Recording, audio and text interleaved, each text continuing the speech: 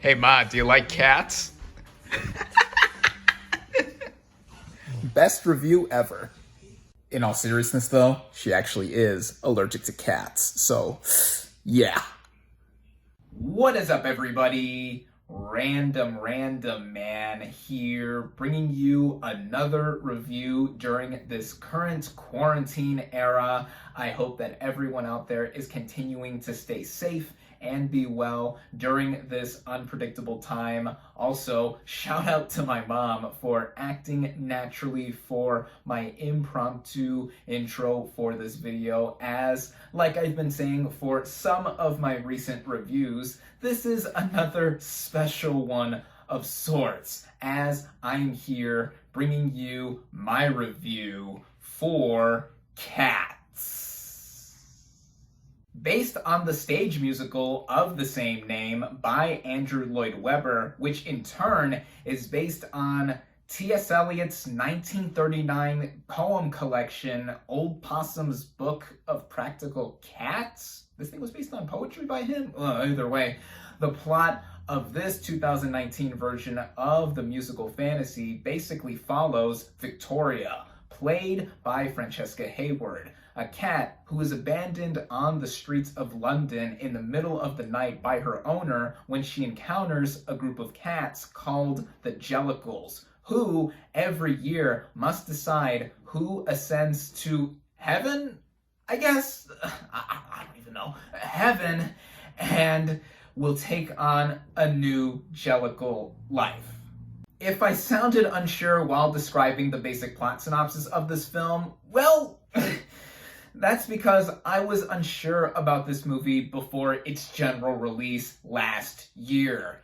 Like many, upon first seeing the trailer for this film last summer, I didn't know what to make of it initially. I never saw the original Broadway musical this film is based on, nor did I see the direct-to-video version of this musical, which was filmed back in the late 1990s and is literally just the stage musical but filmed and released on home video. I also just basically never got the appeal of this show. These human-like cats that are technically not human, but they're cats, like, I don't know. And then me just describing the basic plot of the movie had me confused as much as you may be hearing the basic idea of the movie for the first time. But yeah, going back to the original trailer for this film, it perplexed many and also horrified them at the same time, because the visual effects of this film have been memed over so many times. The movie basically became a joke before it even got a chance to be seen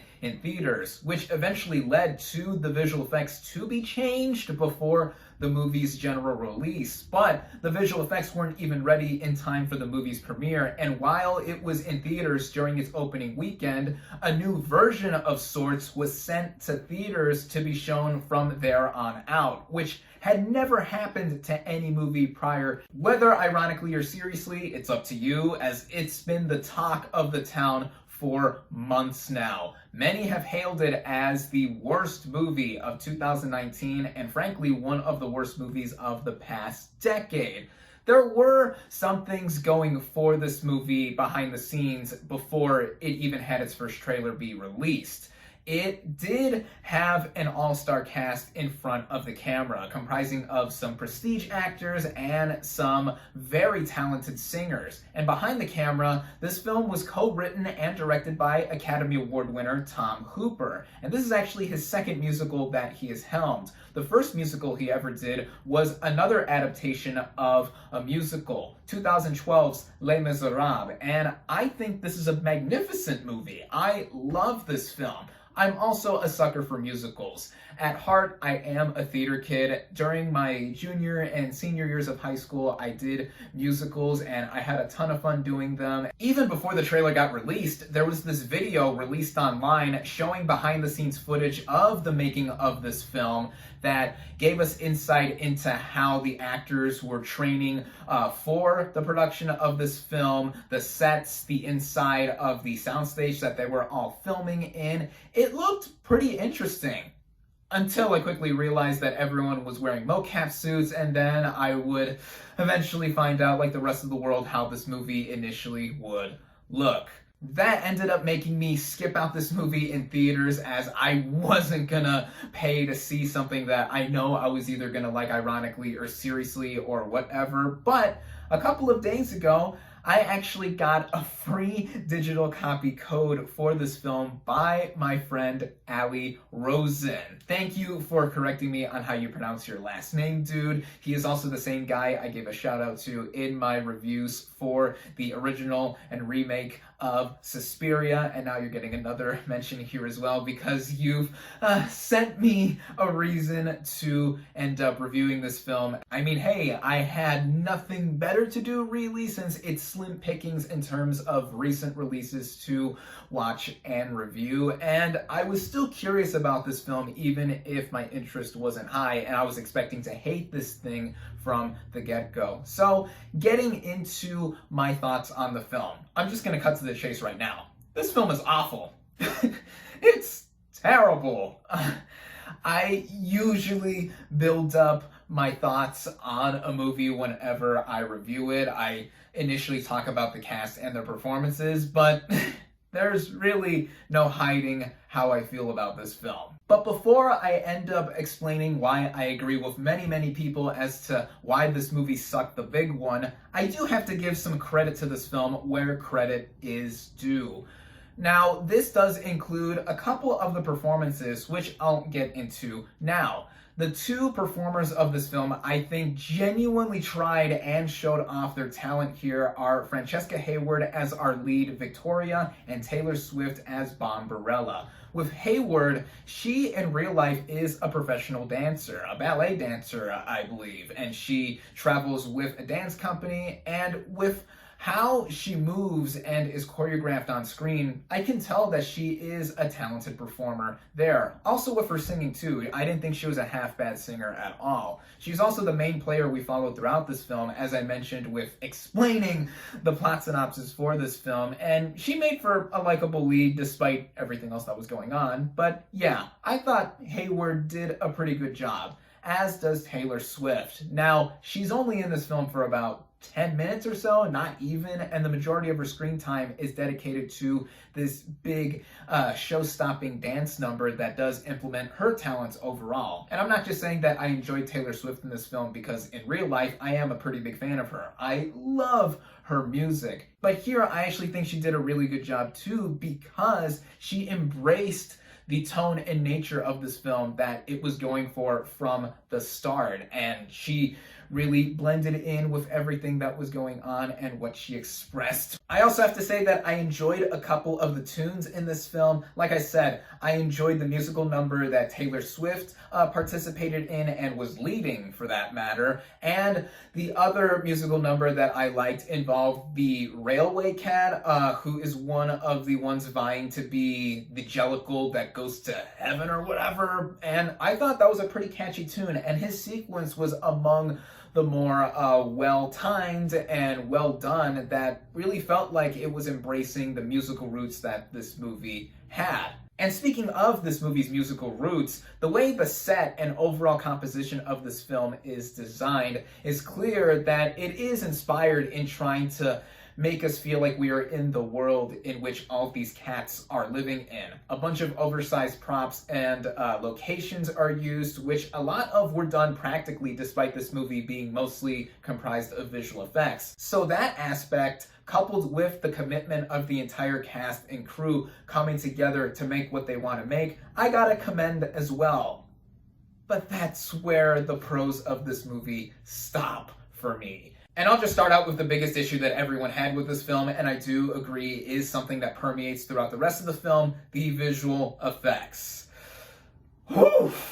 They are vehemently vile. From frame one and us seeing any of these Jellicle cats on screen, it's distracting. Everyone here just looks horrifying. And this is not even mentioning the other animals that show up in this film, like mice, which are infinitely smaller in proportion compared to the Jellicle cats, and they have the heads of small children, like, ooh, and the cockroaches that show up in the same sequence as the mice. Like, oh my god. I don't even know. Like someone, or I should say a team of people, the visual effects department had to render these things for I don't know how many hours, and it looks so ugly, to put it bluntly.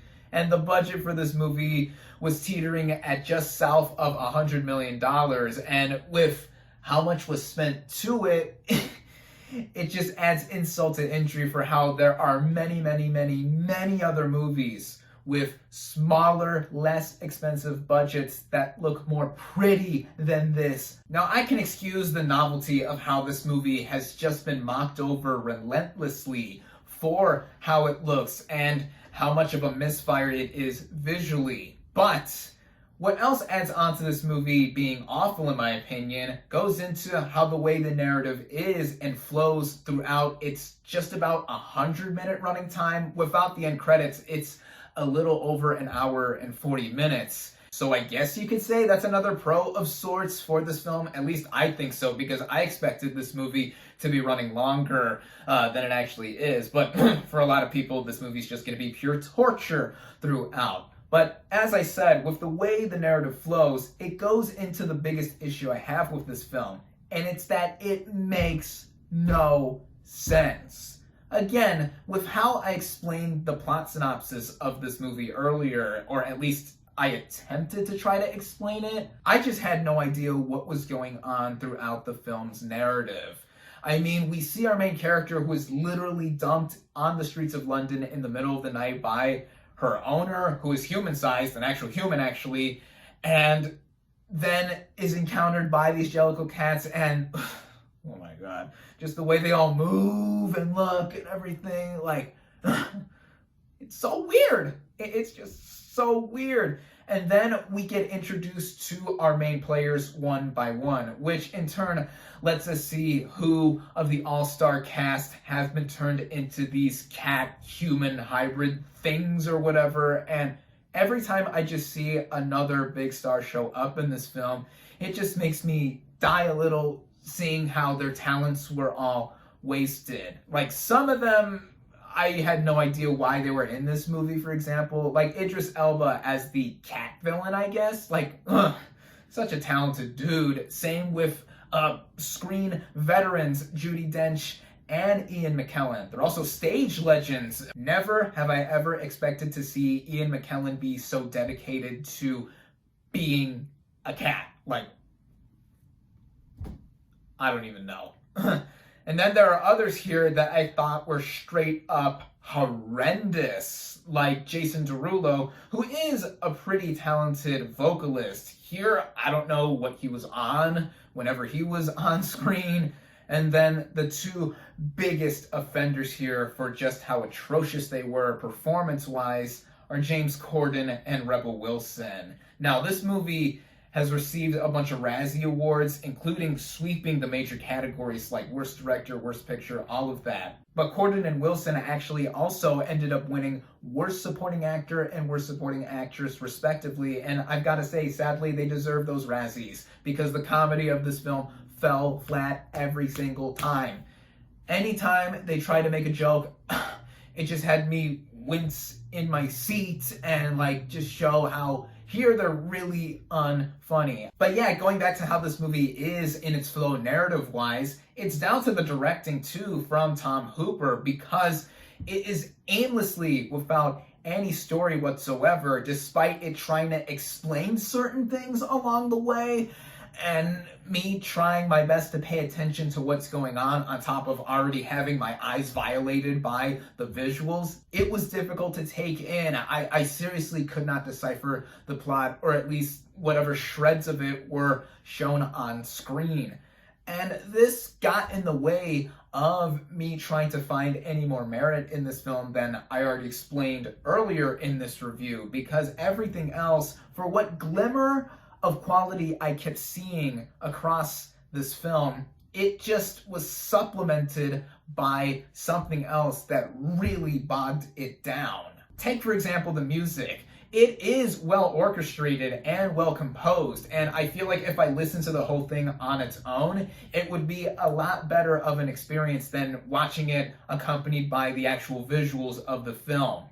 But because this is accompanied by the visuals of the film, having seen the entirety of this film, it doesn't work. In turn, that also didn't get me emotionally invested with the film either. There is the show-stopping number Memory, which is apparently the most famous song from this musical, which I have heard prior to seeing this film, and it's performed by Jennifer Hudson's character. She is clearly singing her heart out. She is an amazing singer, but again, the way she looks, just her crying her eyes out with like her nose running as well. She's basically doing the same shtick that Anne Hathaway did in Hooper's Les Miserables, and Hathaway rightfully won the Oscar for Best Supporting Actress for what she did in that film. But even someone as talented as Hudson couldn't replicate that, and she's already won an Oscar back in 2007 for Dreamgirls, rightfully deserving as well, and it's an infinitely better movie than Cats, so there is that. And with how her implementation in the film goes along with the rest of the movie in its flow and its literal cat-like nature, which just felt so slimy and grimy altogether, despite the movie never literally touching me, it came off as just so self-indulgent as a result, and it did feel that way with how much commitment I did see from the performers here, but with how this movie is just so wild in not feeling like it had any coherence through it, despite everything else that it did so wrong. And it just left me baffled by the end, and by that end, actually, it cements its misguided misfire status by breaking the fourth wall and taking like 5 minutes to end too. I was like, is this movie ending now? Is it ending now? Is it ending now? Okay, now it's ending. That kind of thing. Like, wow. I cannot imagine this movie not being a cult classic in one of those so bad it's good kind of followings. I mean, before this current pandemic hit all of us, it was already receiving Rocky Horror Picture Show style screenings with people hooting and hollering at the screen and just going about it just like any movie of its nature would that has received a bunch of attention later on. As a musical person myself, this movie could have been up my alley in me being interested in going back to see the history of the musical and how this version played out on screen. But for all the wrong reasons that were done here, it made me flat out boggled. Would this have been the worst movie I saw from 2019 if I saw and reviewed it during its actual calendar year? Oh, for sure, yeah.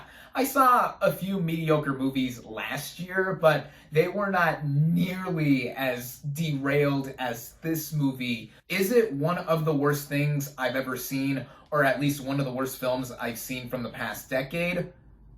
I wouldn't really go that far. I've seen movies that I've deemed worse than Cats, especially one of my reviews going back to 2015. It's a film that shall not be named. If you're really curious to know what that movie is, go back to my reviews from 2015 and you'll find it there almost instantly. Like, even thinking about that movie gives me a little bit of chills. That movie I find worse than Cats. And with Cats, there is an appeal with it that I can see people literally clinging onto like cats on a scratching post, and I did say that there are good things about it that I felt are of worthy credit, like a couple of the performances, the music, which I forgot to mention there, the song that is played over the end credits, Beautiful Ghosts. It's a new song specifically made for this film by Andrew Lloyd Webber and Taylor Swift, sung by her, but not by her character in the movie. Francesca Hayward's Victoria sings it in the film, which I found kind of weird. But on its own, Beautiful Ghosts is a beautiful song, in my opinion. It even received a Golden Globe Award nomination for Best Original Song. I heard it in its entirety before the release of this film. Too bad it's associated with this literal catastrophe of this film. I know that pun and a bunch of other insults to this film have already been said months ago upon its release, but I really cannot say much more than what I've said across this review. If you are still interested in seeing this film, despite what me and many others have said in advising you not to see it, well then, at least find a way to see this movie for free. I'm not suggesting pirating it or watching it illegally. Like, I don't know. I feel like people shouldn't be wasting their time with this film unless it's in the context of like a very satirical viewing party with it or whatever. Just, I'm glad that I saw this movie for free. I really don't have anyone to blame for doing so other than myself and wasting just over 100 minutes in watching this movie in its entirety. My final verdict for Cats is 1.5 out of 5 stars.